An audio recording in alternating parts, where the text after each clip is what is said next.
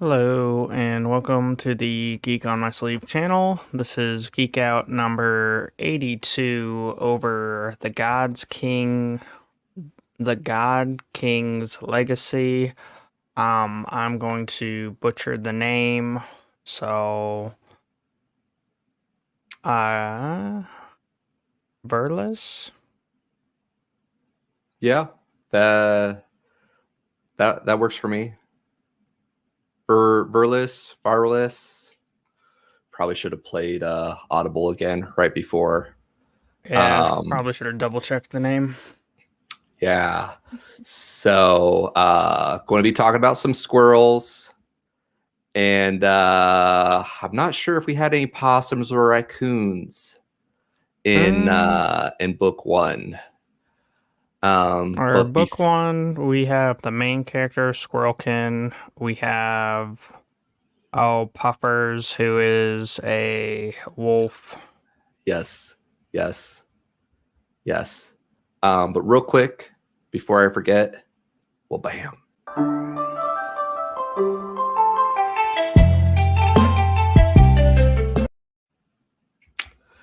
And yeah.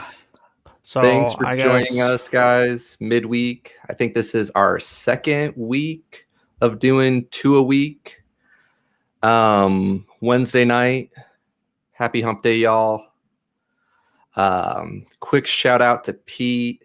He jazzed it up the other day, putting on a nice shirt, and now he just didn't even bring his torso to the stream today. Yeah, I figure if we were talking heads, we could also be floating heads. Yeah. I would like to think that it was more so planned out, but it was one of those like didn't realize until it was too late kind of moments. That's quite all right. Before I forget, spoilers ahead. This book is a little bit more mature rating than we've done in the past. We're going to do our best to keep it PG-13 at the most. But this book did have sexual themes, graphics, profanity, etc., etc.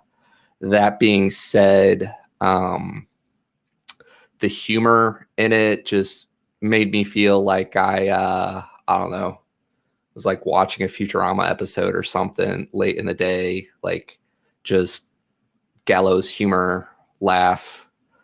But yeah, speaking of graphics, how's the hand, Pete? You wanna show the camera? Right. So there's the first incision, and then the second one wraps through the inside of my finger there. Pull back a little bit. Having trouble catching the second one. There Sorry, we go. I guess I was looking there at we my go. other screen. Meh.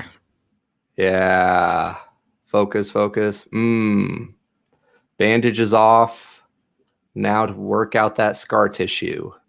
Yeah, it essentially feels like I have a giant lump or a mass all around the base here.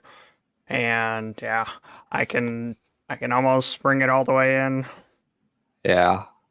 And then I can straighten it. I guess it's hard to do examples, but I can't like bring it back. That's as far as it goes.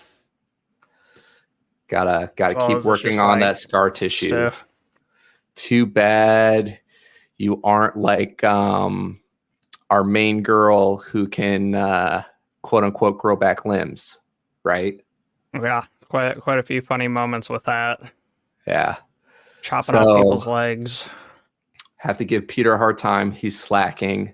So I'll do my best narrator voice here of the prologue. I was the greatest man in the world. I killed an elder dragon with a single slash of my sword. I resolved the eternal war between the three factions. I tamed the untamable creature, the phoenix. I created a new branch of magic that heralded an age of magicians. I concocted pills that brought the dead back to life. I forged the strongest weapons in the world. I owned the Sword of Legends, Durandal, and then when I was at my peak, I died. The God King's epitaph. So that's how we open up in the story, all epic. You're like, oh yeah. So this is what it's about. The God King's legacy. Like this is what we're getting into. Like get that epic fantasy feel, and then Durandal jumps in and starts narrating, right? And he's like, some people say my master was the greatest man in the world, et cetera, et cetera, et cetera. But yeah, then he just starts like ripping into all the epitaphs and telling us about how he actually used Durandal as the antagonist to kidnap children and like manipulate these factions and blackmail them into getting what they want. And it seems just like so over the top, but also reminds us that the people who write the history books are the ones that set the narrative, and getting to meet like the spirit sword Durandal as he went through with the God King and everything, what really happened, it just ruins everybody's view of the God King, right? Like he was actually a bandit who just happened to be powerful, more powerful than everyone else. But I think he only got to like the 6th circle, and like every iteration or every multiple of 3 is like a new wall. So he got stuck at the 6th level of magic. And in book 1, the strongest guy in the world is a 10th circle magician. So just to kind of put things in perspective. So this book was certainly a guilty pleasure for me. I think I picked it up on one of Audible's deals where I'm like, hey, this looks cool. What? Squirrel with a big sword on the front? God King's Legacy? Why not? We'll give it a shot. $5. And gosh, like definitely gallows humor, but at least for me, Pete, I had a lot of laugh out loud moments. What were your thoughts on it? So I guess people who are in the channel, if I had to relate it to another book, I would say Something Full of Murder Hobo by Dakota Kraut. It gives a very, I almost want to say, whimsical feel, as well Right. as the author knows I'm not going to remember names. So we have, generic character A and generic character B throughout it. It's like Western culture meets Japanese light novels kind of feel to it. And that's what I was trying to articulate in the previous streams, that it's a lot of fun.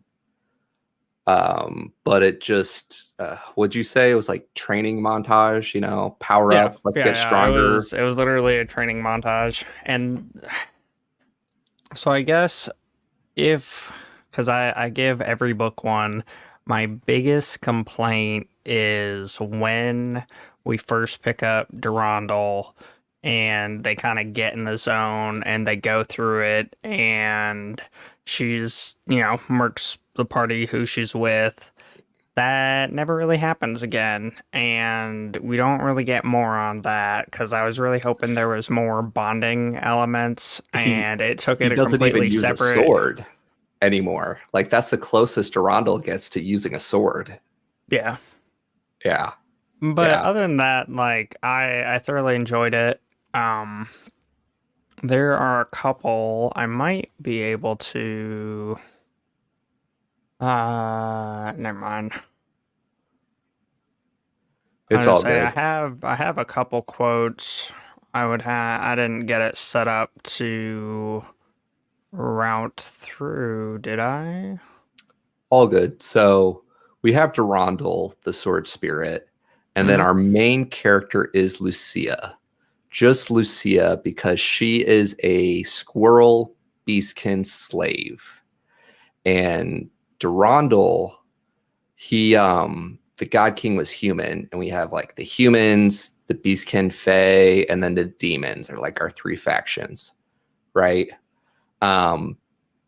So Durandal was so jaded and so tired of the God King that when his treasure trove is discovered, for Durandal, what seems like thousands of years was actually 80 years time. We have, what was it, like the sixth prince, sixth in line to the throne, I believe. So he's there and he's like, I want to claim this, and there's him and his weapon spirit and all this stuff. And then we have Lucia, who's basically just our pack squirrel carrying everything around. And the heir to the throne tries to bond with him, and Durandal's like, nope. Wanders over to Lucia, who's just like squirreling about, ADDing all over the place. And he pretty much like cons her into bonding with him or whatnot, or not really cons, but it's kind of like, bond with me, and she's just so it was the blown other way away. around, She's because like, normally what? it's I choose you, and this was like, nope, here we go. Right. And then her first time using the sword, and Durandal like channels the mana or whatever, and she's dancing through a field and all this stuff, and just like completely in another world, gushing over Durandal. And then when she comes back to, it's just blood, guts, and gore. And I believe this was originally a web novel, similar to Shirtaloon. Yeah, He Who Fights with Monsters. So also along with our very unique pen names, like pen names back in the day used to be just like Robert Jordan or something. Now we got Virlyce and Shirtaloon and Epic Pie Magna, or I don't know. I'm just throwing stuff out there. But anyway, so like we meet him, and like we have like everything just built up about how epic this sword is supposed to be, like the God King's legacy. And he pretty much destroyed all the God King's legacy stuff in there. Like it's only him and a bunch of junk, because he tried his hand at alchemy. He was bad at it. He tried his hand at weaponsmithing, or enchanting or whatever, and he destroyed his own sword. He can't cook. He can't tell directions. The only thing he's pretty much good for is being a sadist and guilting the Lucia, combat. Into training.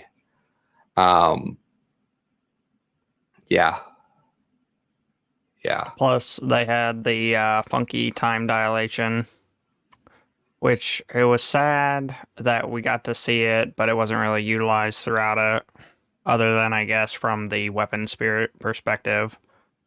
The time dilation in the storage unit? Or, the Okay, God King's Legacy little pocket dimension had accelerated time, because Durandal felt like it was 1,000 years when it was only 80 years. Yeah. All in all, that starts our training montage. It threw me off too, because we have the guards who pick up Flopsy. Snow Flopsy. Yeah. And I'm like, all right, here we go. We're assembling our party. We're about to make this epic group. And everything blows up and goes a completely separate direction. Which is fun. Like I get tired of the clones that you can start narrating or writing the stories themselves, right? And this book was like just so off the wall. If you're like okay with some of the more controversial elements, like I read some of the reviews, and it's not a politically correct book. But if you can kind of just go and you're looking for something off the wall that you can just kind of laugh and have fun with, full murder hobo energy all the way through with a ADD squirrelkin who has absolutely Chops no off. Oh. has absolutely no magical aptitude, and her body loves chi, so like she basically is able to train a lot better than everyone else. And then that comes later. Or um I enjoy the magic system and how it was set up where it's like chi is the magic of the earth and mhm. magic is magic of the Mana of the head. sky or Yep. whatever, or Yep. mana magic of the sky. Yeah, pretty common theme in like the lit RP or not, yeah, lit RPG and Eastern light novels type thing. So she has absolutely no magical talent, which they get into that a little bit later. Well, I'm trying to think. I don't want to ruin stuff. I'm up to book 3. Pete's only done book 1, so Peter's going to keep me accountable on spoilers. So we meet Snow Flopsy, who is a descendant of the God King's party or whatnot. Like his grandmother partied with the God King. So Durandal's all like, hey, cool. And then we get to meet Lucifer, insert 12 titles, where he's not a sock spirit himself, but he basically allows Snow Flopsy to like move quicker or whatnot. Yeah, move quicker and then quieter footsteps. Yeah, and so we start to see how special Lucia is when she's able to um, attack Recover. Lucifer Oh, and yeah. recover her and do all this stuff. And Snow Flopsy follows them around, and then like Lucia's energy or whatever. Like when they finally track down and get his magical items back, and she's like, "Oh, there's these 7 magical items I get to pick," you know. Da da da da, and there's like, no, that's just a rock. Like there's only 6 magical items here. It's like, okay, man, that dress would look too good on Snow. I want the dress and what was it, like the ring or whatever. Mm, And Durandal's talker's like, aren't you going to even ask what they do? And she's like, oh, sure. Like she just wanted to take it because she was jealous that Snow Flopsy was cuter than she was, and that she has this brute energy and not feminine and everything. She's like, oh, what does it do? And her dress has 3 charges of haste. So for her training, she just slowly starts increasing and using haste for meals to where Snow Flopsy can't utilize it. So instead of like using it for combat, life and death situations, our girl wants to use it to get through eating faster, to where like he literally makes like 10 pots of stew and doesn't get to eat. Yeah. Yeah. And then off to the southern pass we go, mhm. and Snow Flopsy starts asking Because some we're probing we're trying questions. to stick to our standard training montage. Heck We try to yeah. get the whole meditating under a waterfall, and of course that doesn't work out either. Because Raging River, and she's starts attacking people, trying to get away from the water. But yeah, and then the betrayal happens from Lucia's first friend. Snow Flopsy poisons her, and Durandal goes and takes the poison away, and we really begin our training montage, right? yeah, well, I mean, she was doing stuff before that. Because as soon as we meet her, she starts training. She does the Rock Lee training for wearing or carrying heavier stuff. And Mm-hmm. then, she doesn't quite have that epic fight scene with Gara where she puts it down and goes all super speed. But so she does the heavier weight stuff. She has some of those moments with Durandal, but not quite Gara. You're right. You're right. Um, yeah. And then we get the whole, oh, what am I thinking? I'm thinking Airbender, where they're jumping across the, pillars or whatnot, doing their airball or their Hmm. game for the Hmm. training. Yeah. Uh, yeah. And then we get the hyperbolic time chamber where because she hasn't slept in so many days, it only counts as 1 day. So it's kind of time lapsey. So, yeah. For those new to the channel, um, I am related to this guy, and I do call him a squirrel sometimes. But yeah, like there were several Lucia moments where I'm like, there's another squirrel kin in my life where we'll be talking about days and times, and Pete usually works night shifts. He's like, I haven't slept yet. It's the same day. Like Yeah, it it's doesn't totally a reset. thing. Yeah. The calendar doesn't shift until I go to another dimension for a little bit. So the last thing that Durandal teaches her as he's like leaving her the message is how to oh imbue bones. Is that what they call it? Basically like Or take the yeah, it's energy. inscribing. She There you inscribes go. on bones. Yeah.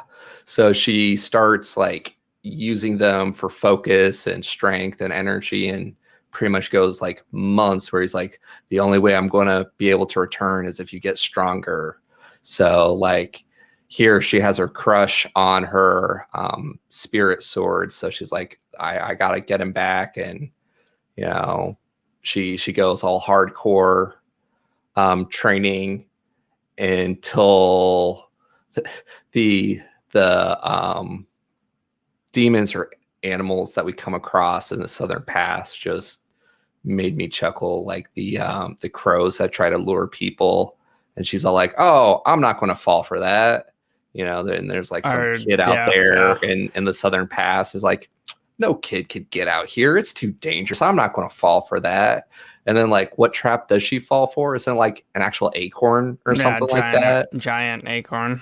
It's like, really, girl? So, and then that's when we get to meet our lovely sidekick, the mage. Um, oh, I'm gonna have Miss to. Encyclopedia. I was about to say, like, Or that's wait, another reason why is I thought it about this book. It's like we really only need to know one name, and then Lucille? no. Lucia is our main character, and then Miss Encyclopedia is our sidekick, our purple skinned demon. Um, Are you sure? gosh, yeah. Um, anyway, Miss Encyclopedia, our Duke's daughter, and we get her, and she's a third circle magician. She is one of the youngest of her generation, only tying with the son of the demon emperor. Um, and yeah, like the her master who captures Lucia basically says, hey, Durandal and the God Emperor kidnapped me when I was little. Like all this book, we're just meeting all these old people that Durandal helped kidnap. Um, and he's like, yeah, there's two parts to the legacy. I think that if she hangs out with you, she'll inherit the other half. So take my minion. I can't even remember her name anyway. Go off, have fun. And because of all the stress and everything, it pretty much pushes her to, within a matter of months, being a fifth circle magician, because Lucia literally never sleeps. At one point, we get the narration from Lucia. She's like, yeah, I totally forgot she was here or whatever. And if I start talking to her now, it'll just be awkward. So like Miss Encyclopedia has to do everything she can to keep up. So I guess typically since magicians bind to like one element, but she has to use all of her elements just to keep up and stay alive. The ring I think was a clean spell. mm, Okay. Yeah. That makes sense. It was the dress and the ring. I was gonna say we skipped over um, Venture to oh, Wilderness Town or whatever. our Go ahead. not crow, where we save the merchant from the bear, and she's complaining about have less bones in your future life, and then that's when she starts Learns about the her values. learns about the values of the components, or all the different delicacies and alchemy, and Yes, yeah. yes. We're going to keep it PG, but those gamers out there can completely relate to having limited inventory space. So you always try to min max, right? So when you're playing,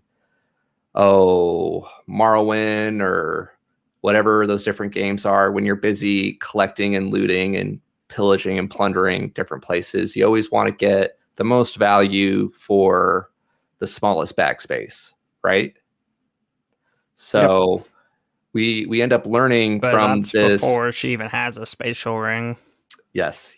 We end up learning from our merchant that there are certain rare delicacies on male beasts that are used for recipes and other things that if she can collect, they are worth good chunks of gold. So then she now goes and collects her beast cores that she can then convert to energy and collects her other organs for resale later. Yep, and Um, then inscribes on the bones, and then on which scribes then on the she bones. becomes addicted. Yeah. And the thing we were getting at later is her dress is actually white, but Miss Encyclopedia didn't realize that because after the clean spell, it went from red to white. Because we end up learning that her path, which is kind of like, trying to think of the best way to describe it. It's Class. I guess it's class. Like I would Well, think class somewhat, would be because like some others, it's warrior where slash magician. Like she's a brute, and that's like her class. But then maybe her talent tree or her path, her skill path is, help me out here. or now you got me messed Unrelenting up. path of slaughter.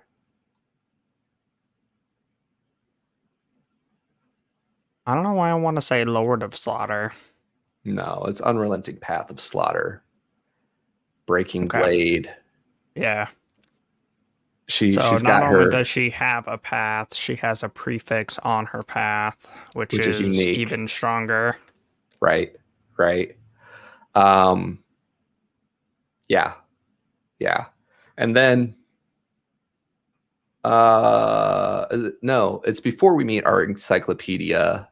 No, it's after we meet our encyclopedia that we meet Where Lan, because it's like the third prince. The other thing we do at Wilderness Town is we pick up a bunch of random magic items for separating stuff, and then Hmm. we got the barbecue ring, and then we got Yes, a message ring, which didn't get a whole lot of use but was relevant. And then, yes. yeah, She's got so yes, many funny quotes in there. I wish we pulled. Um, yeah, yeah. Um,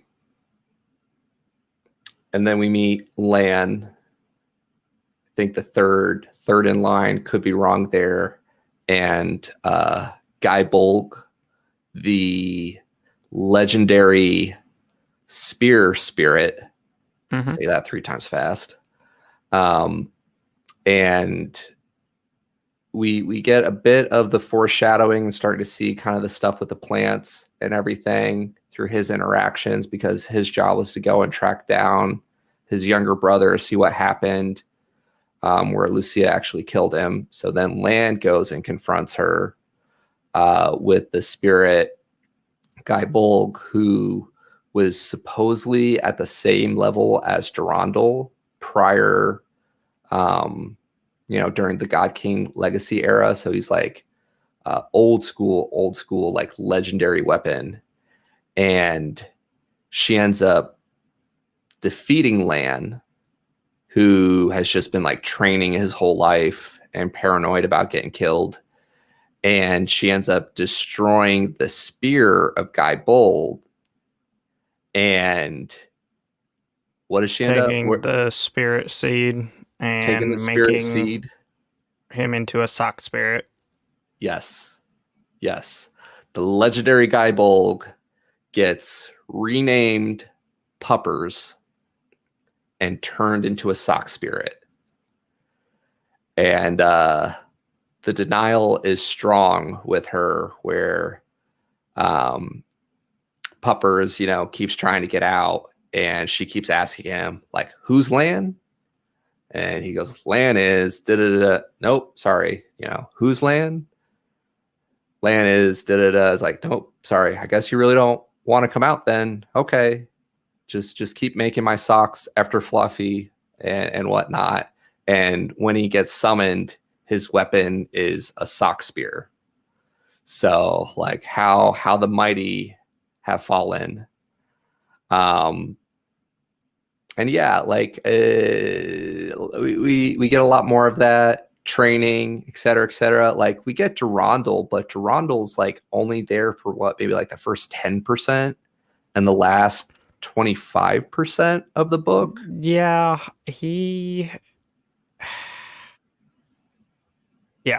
So he's there essentially to be the part of the legend that truly exists. And the problem is, technology advances and magic advances. And I have a quote. I'm going to try this. I didn't set it up prior, so sorry, not sorry button. Nope. We're not getting any of it. Your layers of its inception aren't okay. Well, set the up quote, right. if I remember it correctly, is there is not a peak, or there's not the peak, there is a peak. So through the whole, like, if I can just inceptionalize more here, yeah, a good takeaway is there's always going to be someone better, but that could be you. So Aside from the gallows humor, there are a lot of good inspirational training montage quotes in there. Yeah. And the benefits of being a simplistic squirrel who is motivated by head pats and story time. Still getting nothing. Hold on. Oh, so, never mind. This is a different quote. Oh, on the road to the top, there are only two outcomes: death or glory. That the God King died after achieving glory. Durandal held up two fingers. You might have to scale that down for normies. I don't like either. What kind of shitty choices are those? Where's the So we'll say profanity 1.5. ahead. 1.5. Here we go. or glory? That the no. On the road to the top, there are only two outcomes: death or glory. That the God King died after achieving glory. Durandal held up two fingers. Then death or glorious death. Those are your only options.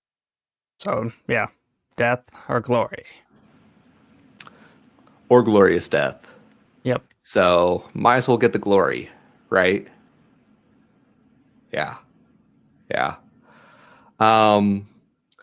So after we go and we do our training and we eventually kill some demons to where their teacher shows up, and we do some name dropping and everything, go and spend his contribution points on the best VIP suite we can get,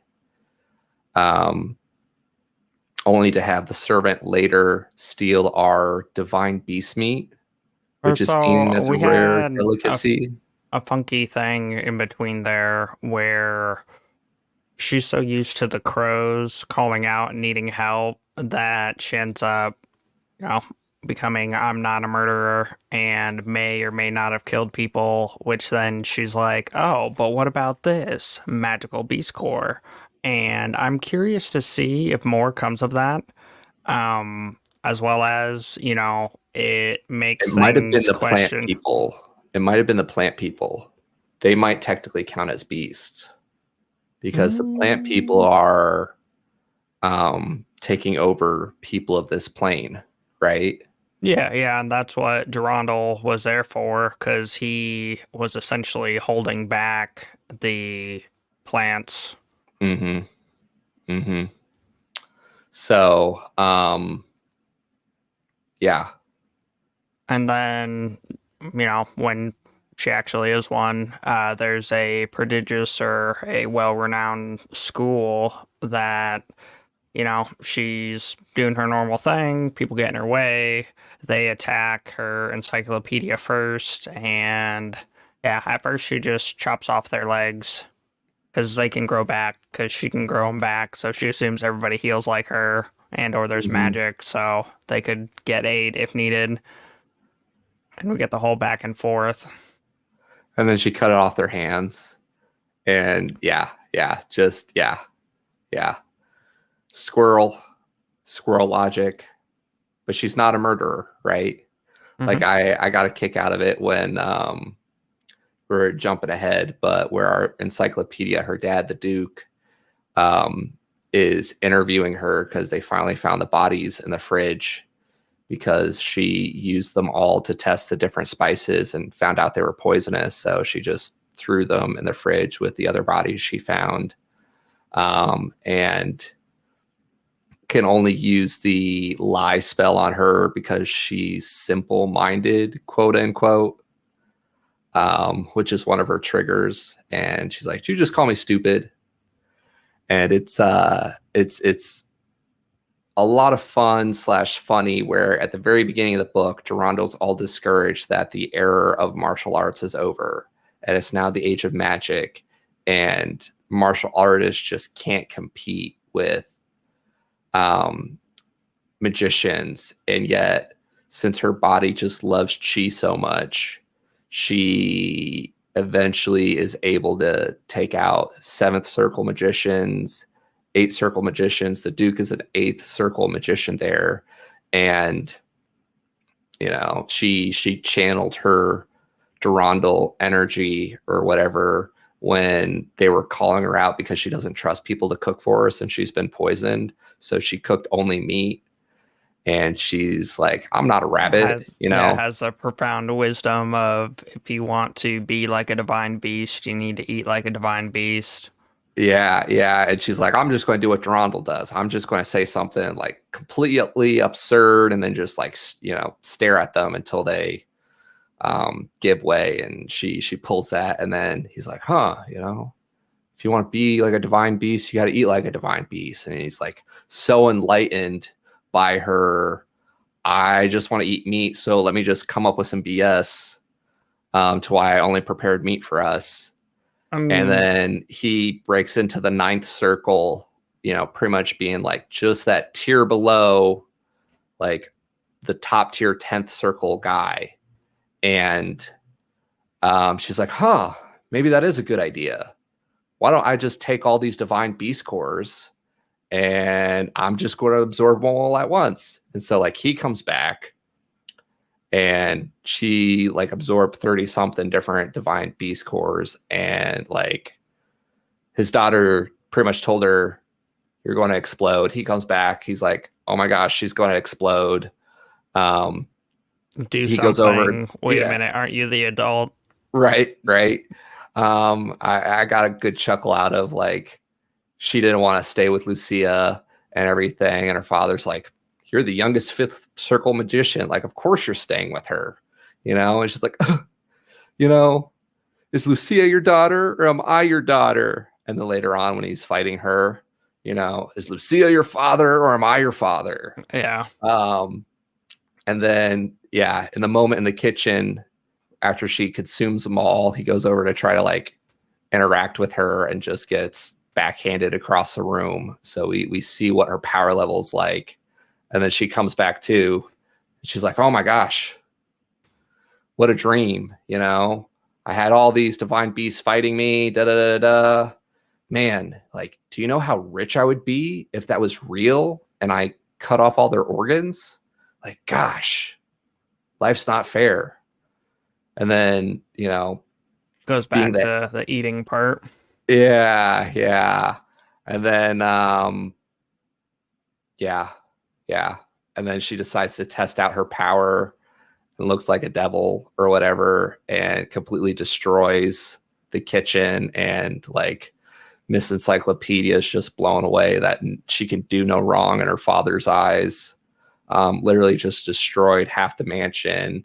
The bandits, not bandits, that they captured on the way there as she was going through her bone withdrawal, managed to escape. Like, she does all this other stuff, but he's like, I'm now a 9th level magician. My daughter's on her way to the top, youngest for her age, et cetera, et cetera.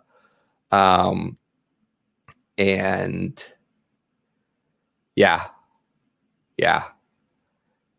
End up celebrating her 15th birthday, invite the emperor of the demon people, and Lucia is just so scatterbrained, completely has no form of etiquette.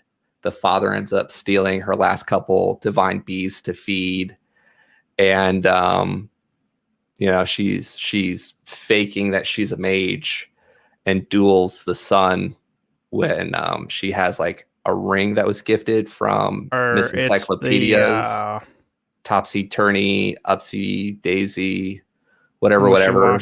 Yeah, it's a ribbon. It's the ribbon around the base of her tail. Okay. Yeah. So she pretty much a later moment where I guess the same moment when she does that, it gets really warm and almost lights her butt on fire. Yeah.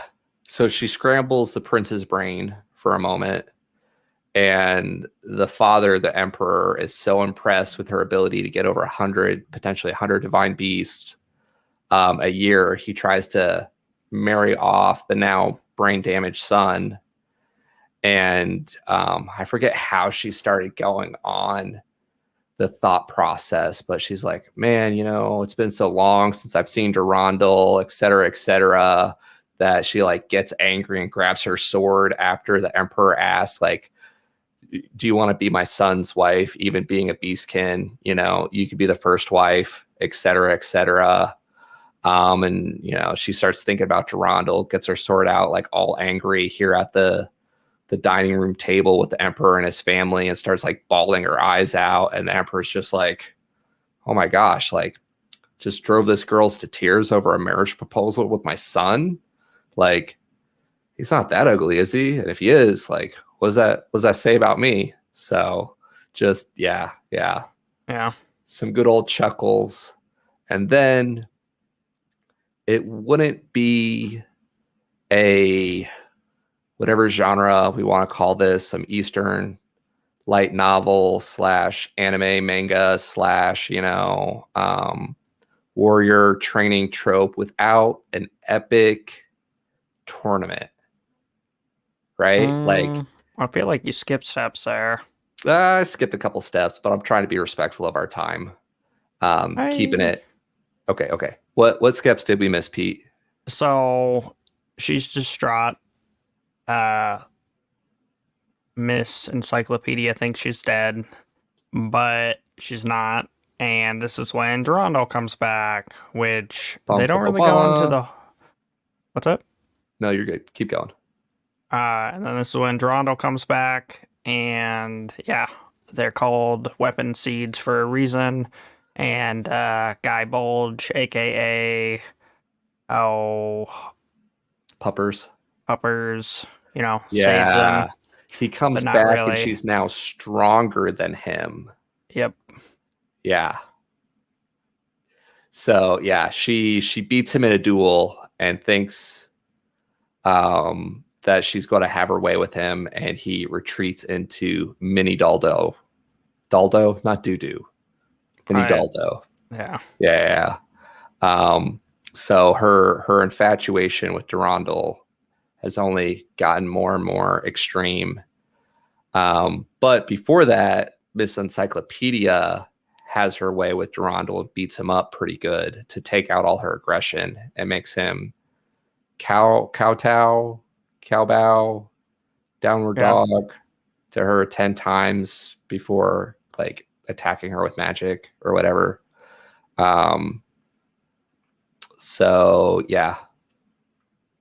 But so one thing I thoroughly enjoy is it's not just a pure grind. It's not just leveling. It's also coming to terms and becoming the best you can be in your path.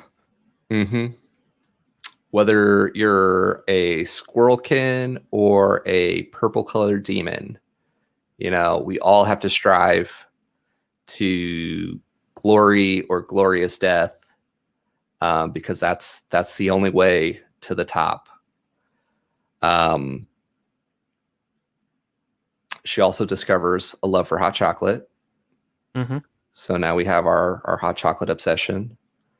What other things did we miss before we get to the epic tournament?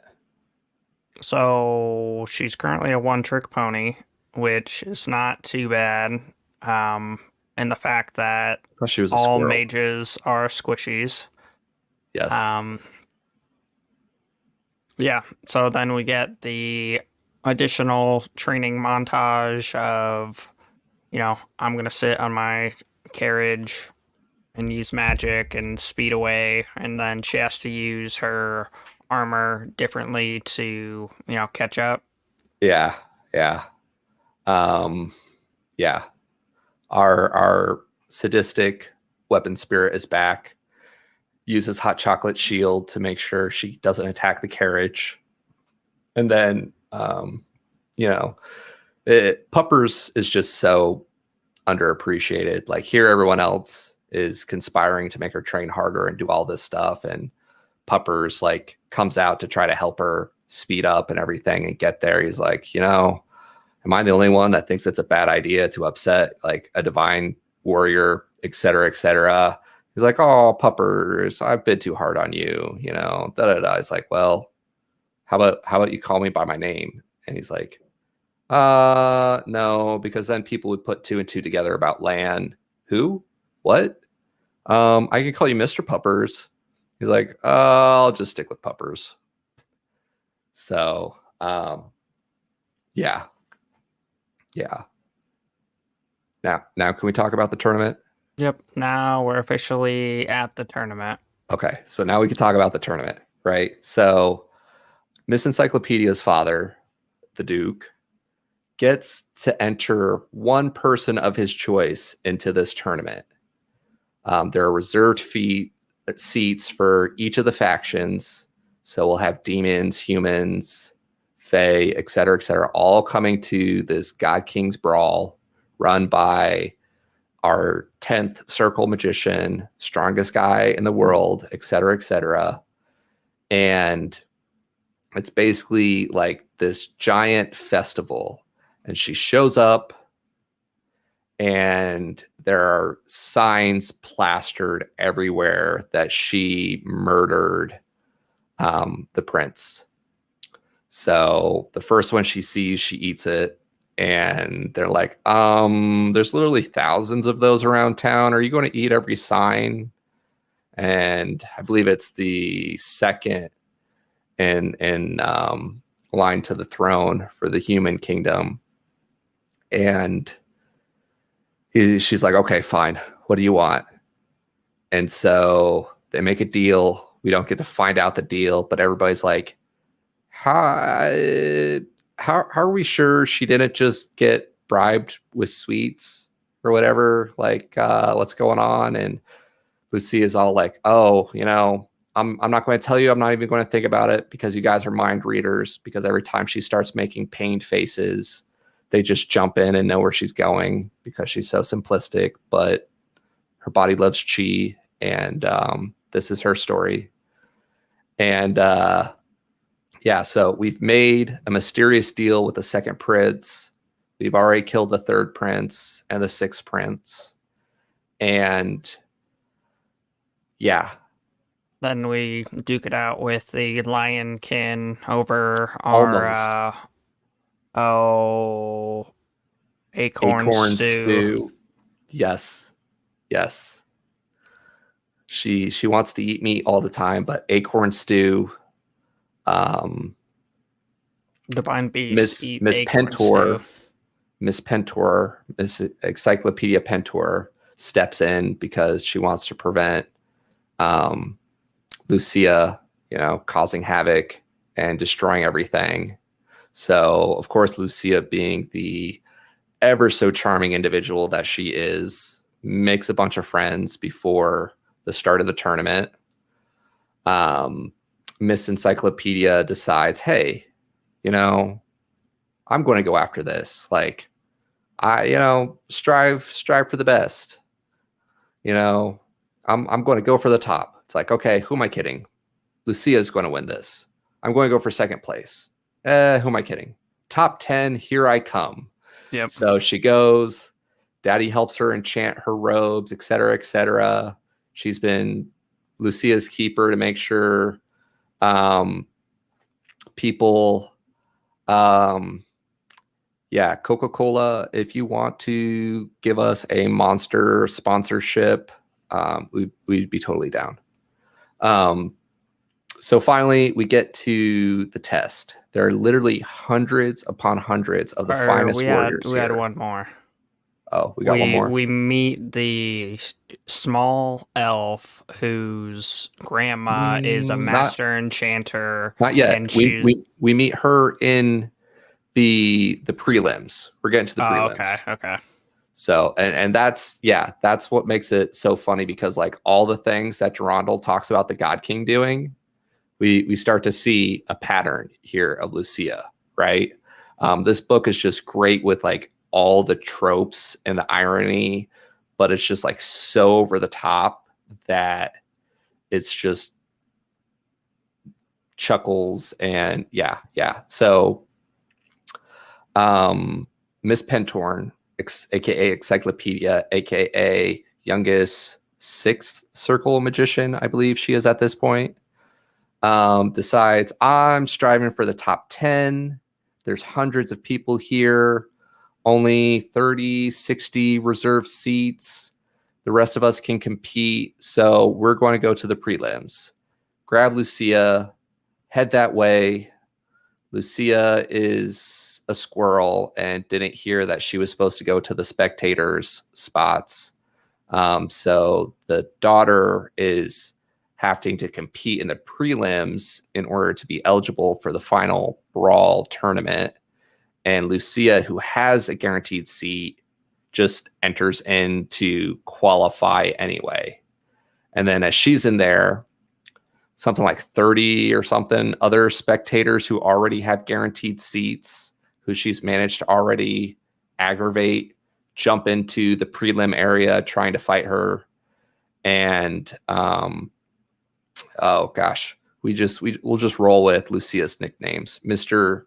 Guy in the Sky, aka 10 Circle Magician. It's like, you guys already have guaranteed spots. If you are going to compete in the prelims, you're forfeiting that right.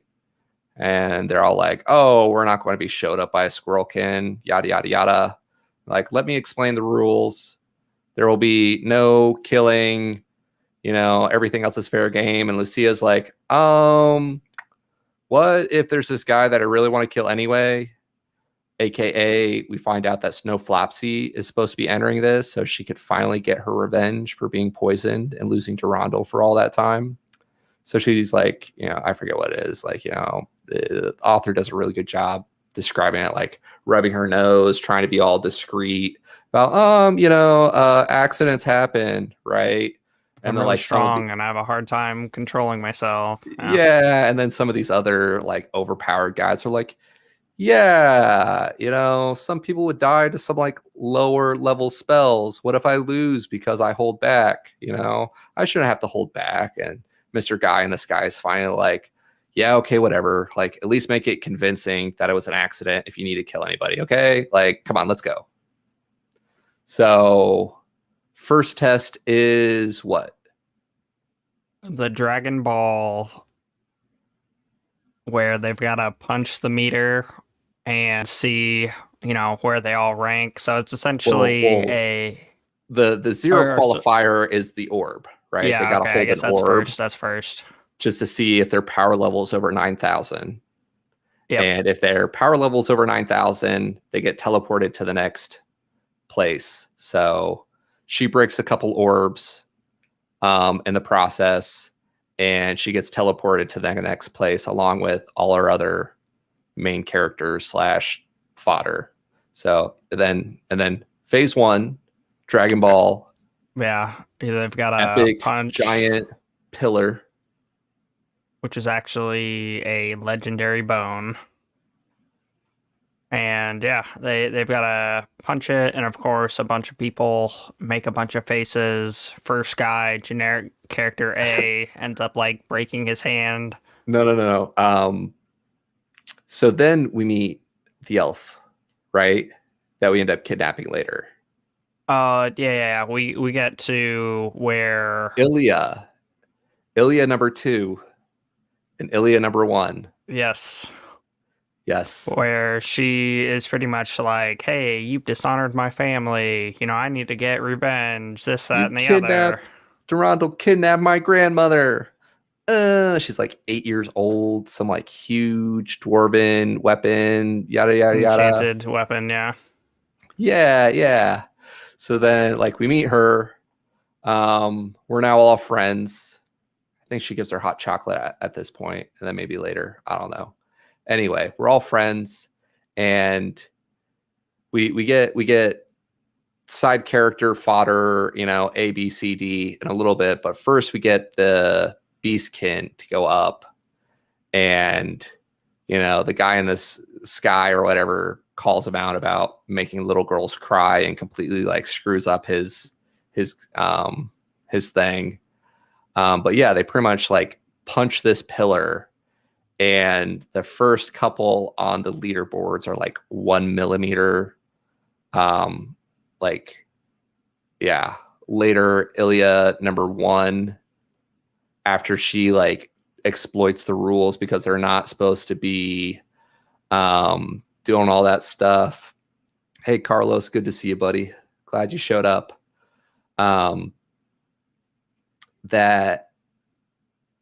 So like most of these guys aren't moving this pillar, right? And Ilya exploits the rules. Ilya number 2 goes first. Oh, that's right. She uses her sword, and then they complain about it, and they're like, "Hey, that's a specialty enchanted weapon. Like, I thought you said we couldn't use magic items." Yeah, couldn't use magic items. And he's like, "Well, could you get the same potential out of that sword?" And it's like, no. It's like, because she's the only one who's able to do it, it's acceptable. And then that's when Ilya's like, what about consumables? Hey, Lucia, I'll trade you an equivalent amount of hot chocolate for some inscribed bones. So then there's this stack of bones that she just, noms on, and then goes like 6 layers of chaos. The sky darkens, everybody starts freaking out. And then she gets protective barrier shatters, and and then she gets 1 centimeter, which is a big deal. Oh, okay, yeah. She gets or maybe was she 3 centimeters? I just know she got the second spot. Yeah, it doesn't matter. Most of our fan base is US based, so they don't understand metrics. So like in Liberty units, like we're talking less than a couple inches here, guys, like up to this point. So then the guy in the sky is like, "Oh, wow. Oh, you're from the Pentorn family. Oh, you're probably going to be number 1." And she's like, no. Lucia, she's going to be number 1. He's like, what? This annoying girl, this chipmunk is going to be number 1? Okay. Let's see what you can do, chipmunk. And she's like, you said that's a bone, right? you know what I like about Bones, like let me do a whole bunch of scribing, make some loud noises, and then like covertly go and absorb, palm strike it and palm absorb strike it. it. And it's like, haha, I did it. And man, this guy's like, what? What? Negative points. Negative. She's like, what? If you didn't want it No. destroyed, why are you letting Yeah, people hit yeah. it? So she gets a redo, and it's like literally 10 times as big, right? Yeah, for the second one. So this is where like the over the topness, just like the scaling in this book is just great on so many levels. But her power level, like we go from DB to like Frieza era to Cell era to like Dragon Ball Super era here. So like it's 10 times as big, this pillar. And she's all huffing and puffing. And she's like, all right, fine. You want to play this game, Mr. Man in the Sky? Here, catch. She And just the picks it up strongest and chucks man it. in the world that we know of, a 10th circle magician, 4 circles higher than the God King's legacy that we inherited. She chucks this pillar at him and knocks him over. And yeah. Her just being like so over the top that she goes and so Starts Carlos kicking him. Oh. Is this like the mouse sensei from Kung Fu Panda? Gosh, it's been forever since I've seen Kung Fu Panda, but we do have our Beastkins here. But I think the guy in this, I think Carlos is with or has been following us or talking about Dakota Kraut. could be. It's very similar to Something Full Murder Hobo. A very comical, very whimsical, over the top, training montage, you know, uh, I'm the best around and nothing's gonna ever keep me down. Yep. Adult material. Yeah. And I then was just about when to we say- think we're at the top, turns out that, this is step one. Yep. White Thatch, are they bragging about size? And in this first test, yes. How big can you make the pillar move? Innuendos galore. Book is full of it. Yeah. And let's see. So we pick on the pillar in the sky guy, or the guy in the sky.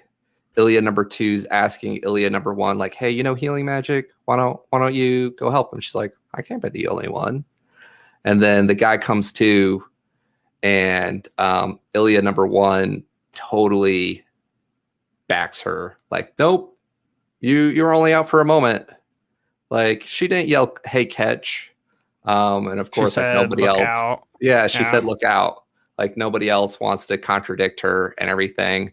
But we get a little bit more of the foreshadowing with yes, like I didn't plan this. White Thatch, did we get one punch levels? So yeah. Lucia, she's getting there. She's totally getting there. But we hear more about the plant people, and the man in the sky is like, man, I hate this job. I should just let the plants take over the universe or whatever, right? Like take over the world. And so Lucia's number 1. I think Ilya's number 2. We go into the second one. Ilya number 2 is number 3. So the first test was supposed to be about attack power, right? Mm-hmm. Second one's about defense. So They go to the next round, and water levels start rising. Our squirrelkin is not a fan of water. So her answer to this, and we're a bit past on time, so we'll keep this party moving. Her answer to this is the best offense is a good defense. Other way around. The best defense is a good offense. Yeah. Good catch. And so she starts trying to attack the guy in the sky, and she, keeps going, and then she calls Durandal into this, and we have our ADD moment, like, oh, my slashes are blue and his slashes are red. Blue and red make purple. We should try to cross our slashes to make purple slashes. And he's finally like, oh, fine, crazy chipmunk. You all pass. Let's go to the third one. No, he's like, I'm about to unleash this 10th level spell, completely killing everybody. Right. And Ilya's like, no, that'll kill us. No, you can't do that either. And meanwhile, our Lucia's still attacking. And yeah. So we get to the third test, and I just couldn't help but like chuckle along at this point. So first test, attack. Second test, defense. Third test, intelligence. So we already know where this is going with our squirrelkin, right? She's been called simple just about every chapter of this book. So she's already been told that she's going to be number one. There's no way she's not going to qualify. So we get it from Ilya's point of view. And she's like, oh my gosh, like Ilya, she's our encyclopedia, right? Like she's reading this. She's like, oh my gosh, like I can't figure this out. This reminds me of that test I took where people were taking out measuring instruments, and I didn't even know I was supposed to bring a measuring instrument and what they were using it for. I don't want to talk about that test. And all of a sudden we hear crunch, crunch, crunch. Our squirrelkin has eaten the tablet. So she's clearly number one. Ilya's stumped. So what does every other person at this point besides Ilya do? They eat the bloody tablet. She actually managed to figure it out. But then when the guy in the sky calls on everybody, they're like, hey, why'd you guys, why'd you eat the tablet? He's like, I'm a commoner. I can't read. And she did it. Yeah, and he's didn't want to fall behind. You again, chipmunk. Why did you eat the tablet? And she has her whole space cadet moment. Yeah, she's like, I'm no chipmunk. He's not talking to me. Yeah. And then when he starts like explaining, she's like, yeah, so it tasted like acorn flour. He's like, and did you comprehend anything? Did you do whatever? It's like, yeah, totally. It's like, really? What'd you comprehend? It's like, well, I ate the tablet, and then I realized that the acorn flour didn't come from the tablet. It came from my hand. And then I realized I was going to win anyway, so I took a nap. Yep. It's just like, so anyway, the actual brawl, and we'll keep it brief because we got a couple more fun stuff to get through, is basically this tournament. Up to 10 fights can go on at a time, and they're all sitting around waiting, and we finally learn out about the deal that she made with the second prince. And the deal she made is to eliminate the competition. Or cripple all the other princes. Yes. That way he can inherit the throne when their father dies. Yes. So nobody wants to attack. So she talks to Guy Bulk and Durandal. I keep wanting to call him Mini Daldo, but that's her pet name for his sword. And those guys have now reached the divine realm through training. She magically came across some epic weapons along the way that we end up finding that she stole from somebody along the way. But she sends out her weapon and sock spirit fighting Oh no, he didn't use his sock spear. He used an actual spear. And the two of them start working their way up from the bottom of the princes until we finally get to the top where, they try to bribe her and say, hey, I'm in charge of the kingdom's finances. Whatever number 2 said he could give you, I can give you twice as much. And so we get into that little bidding war where they're like, oh, like 2/3 of the kingdom? Like, there's no way he can do that. And then finally, like, the number 2 guy's like, well, I will try to appeal to your honor. And like at that point, this girl, Honor, really? Have you been paying attention, dude? And then he goes flying.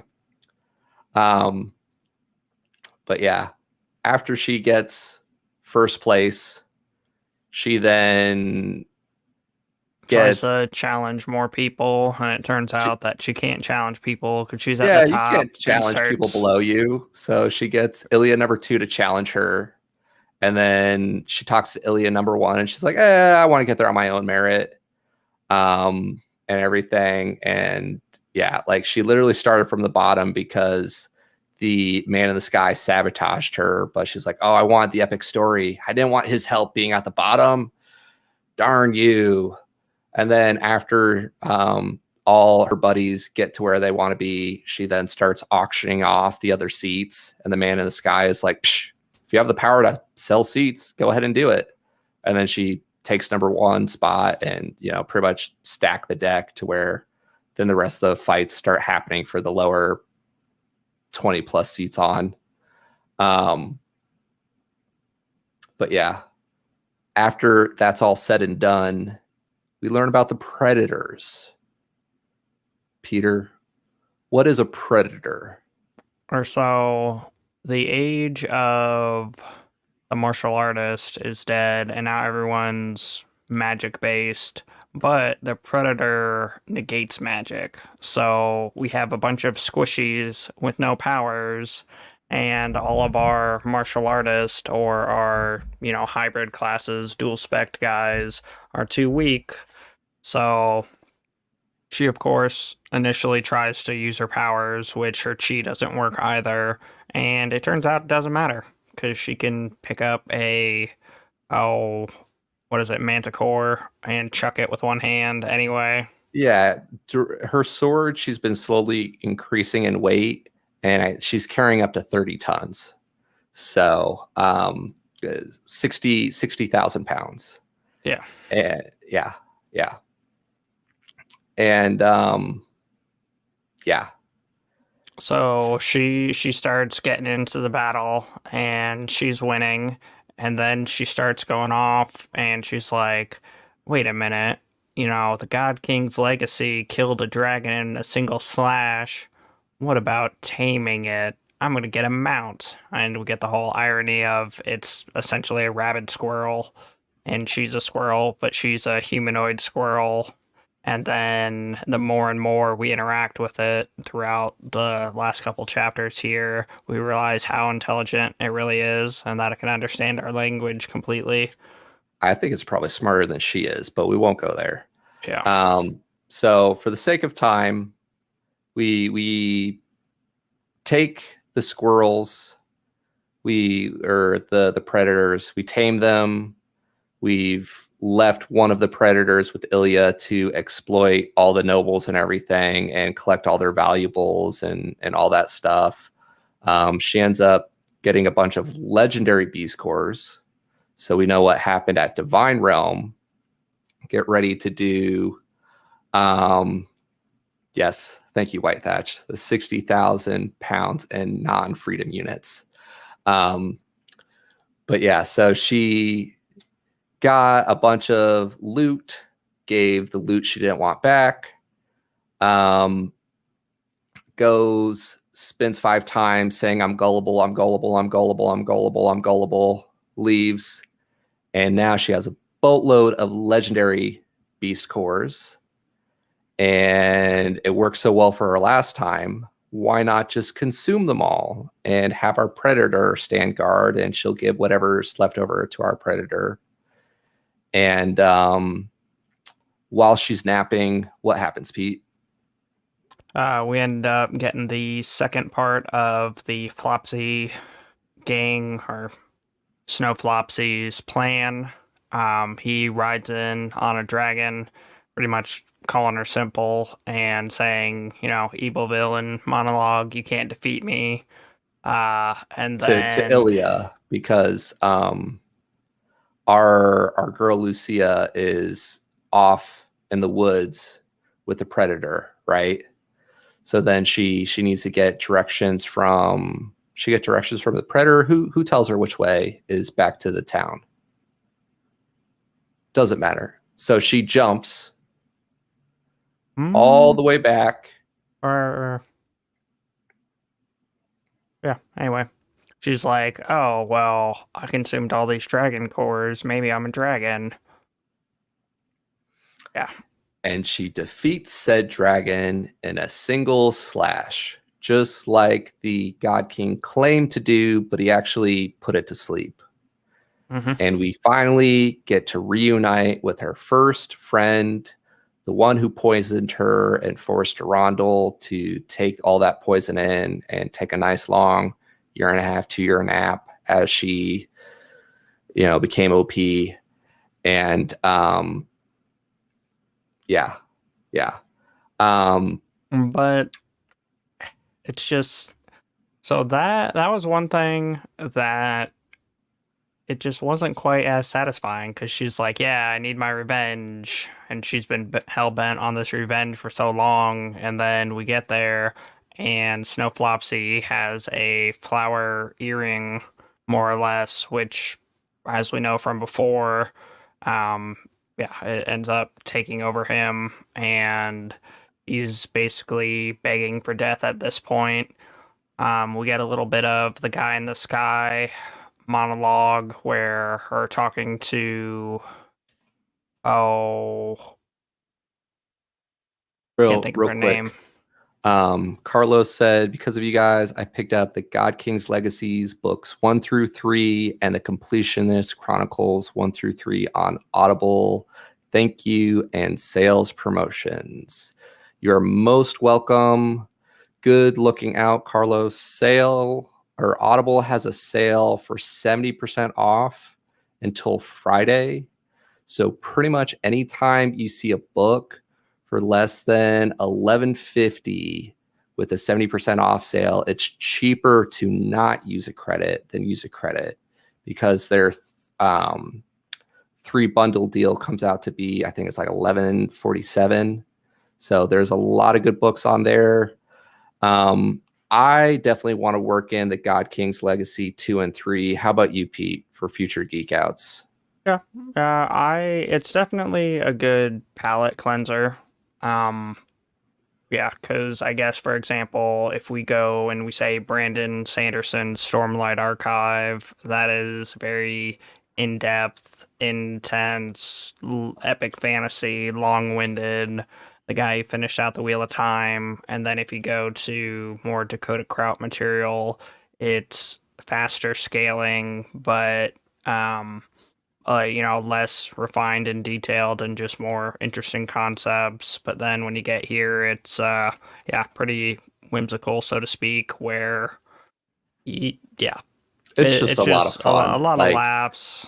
This book for me, like it's one of those where it's nice to just kind of like mentally unplug and just experience the humor that Lucia is and just the way she looks at the world. And simple is not always a bad thing.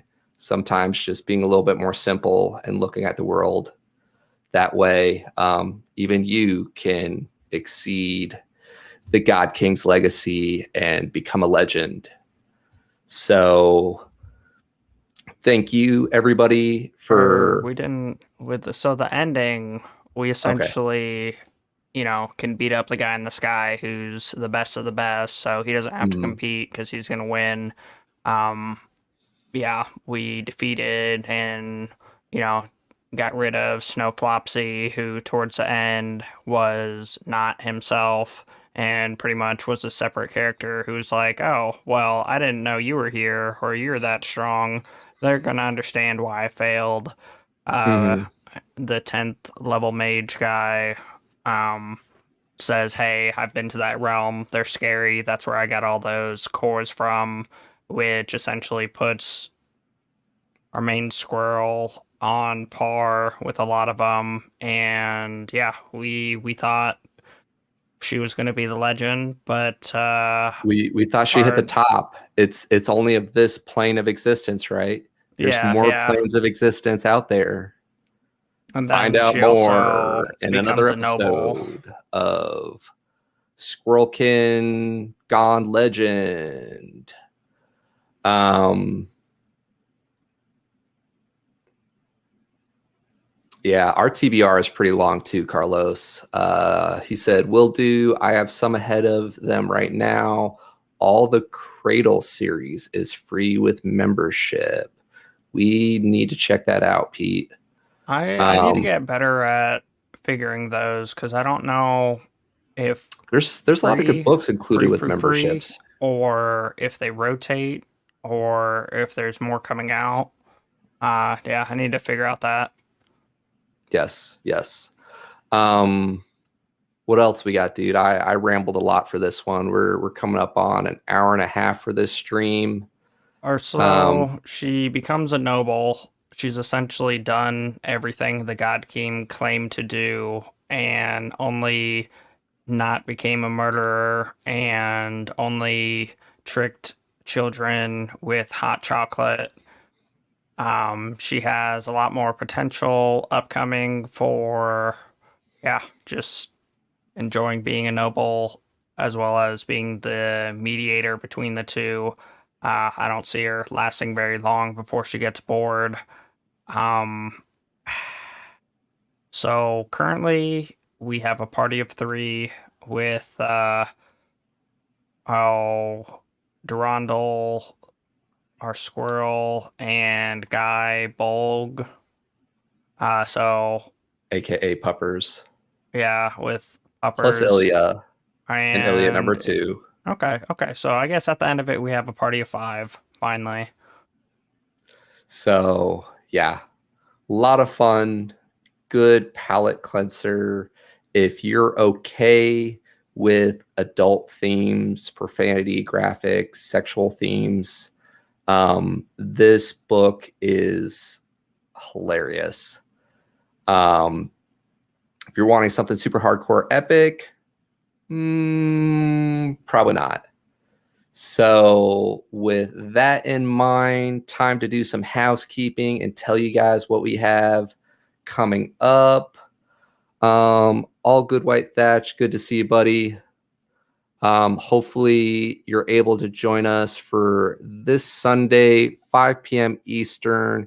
We are cycling back around to Viridian Gate Online, the Jade Lord.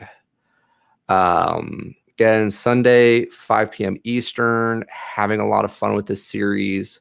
Really looking forward to covering some of the side series too. J.A. Hunter, aka James A. Hunter, aka James Hunter, aka Mr. Hunter, aka VGO Daddy, is one of our favorite lit RPG authors. Thoroughly enjoying his stuff. Pete, you just can't say enough good stuff about this series. What do you got, man? So for those who don't know the series, this is book three. It's a lit RPG where we're trapped in the video game realm, but it comes to be because of an apocalypse. So yeah, the Earth is more or less no longer habitable. People take the plunge into, completely being inside the game. You only get one playthrough, so a lot of people are doing more what they would naturally do, such as, if they were an accountant in real life, doing that. So it's got a different feel because most of lit RPGs, it's like, I'm not going to be me because why be me when this is virtual and not going to be whoever. So this it gives more of a feel of who they would naturally be. Just kidding. Epic powers and yeah. Epic powers. So the first 3 books, including this one, are included in an Audible membership.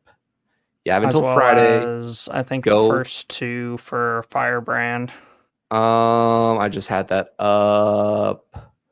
But the reason Book 3 is not. Real quick, sale through Friday. It is worth it to pick it up at the 70% off. Sorry, keep going, Pete. So yeah, I really enjoy the series as a whole.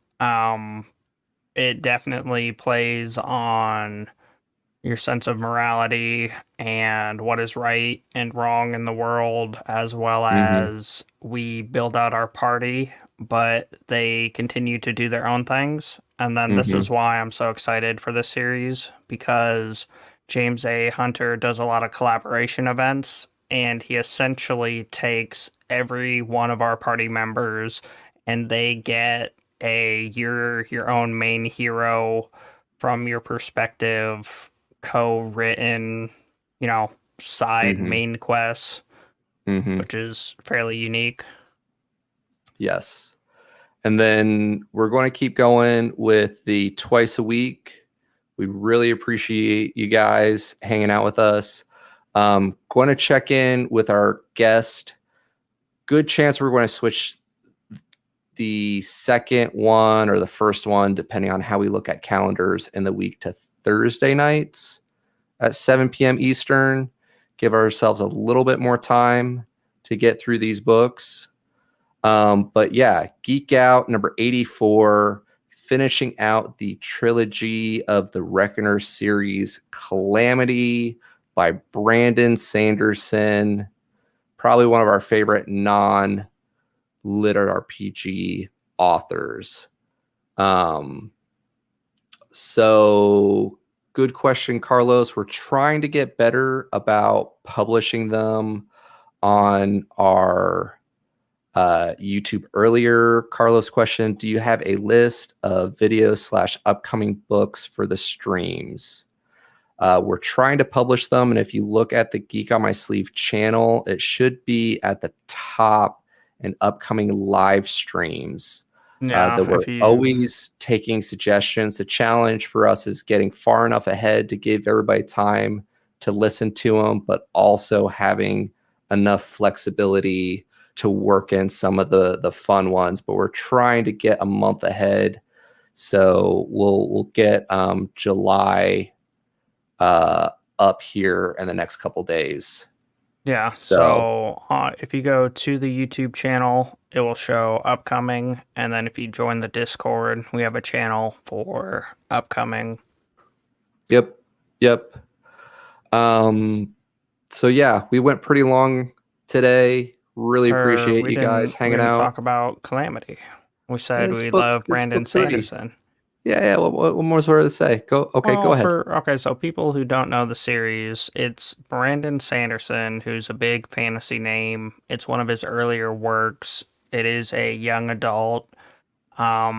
It's shorter, but the premise of the Reckoner series is, what if people got superpowers, but everybody who got superpowers was evil or was a supervillain? And we follow a 17, 18-year-old kid who goes all Batman first book, you killed my father. Yeah, and yeah, I actually haven't read book 3 yet. I'm excited for the series. Yeah. Oh, It's one of my favorites. I've been getting on Peter to give it a shot. Glad he finally did. Having a lot of fun. Yeah. What else did I miss, Pete? yeah, that's a rundown. Thank you everybody for joining us. Yeah, we're getting close to need to schedule out more and get all those up. Always enjoy your recommendations and suggestions. And yeah, enjoy hanging out, geeking out with you guys. Hope to geek out with you guys here soon. My Bye.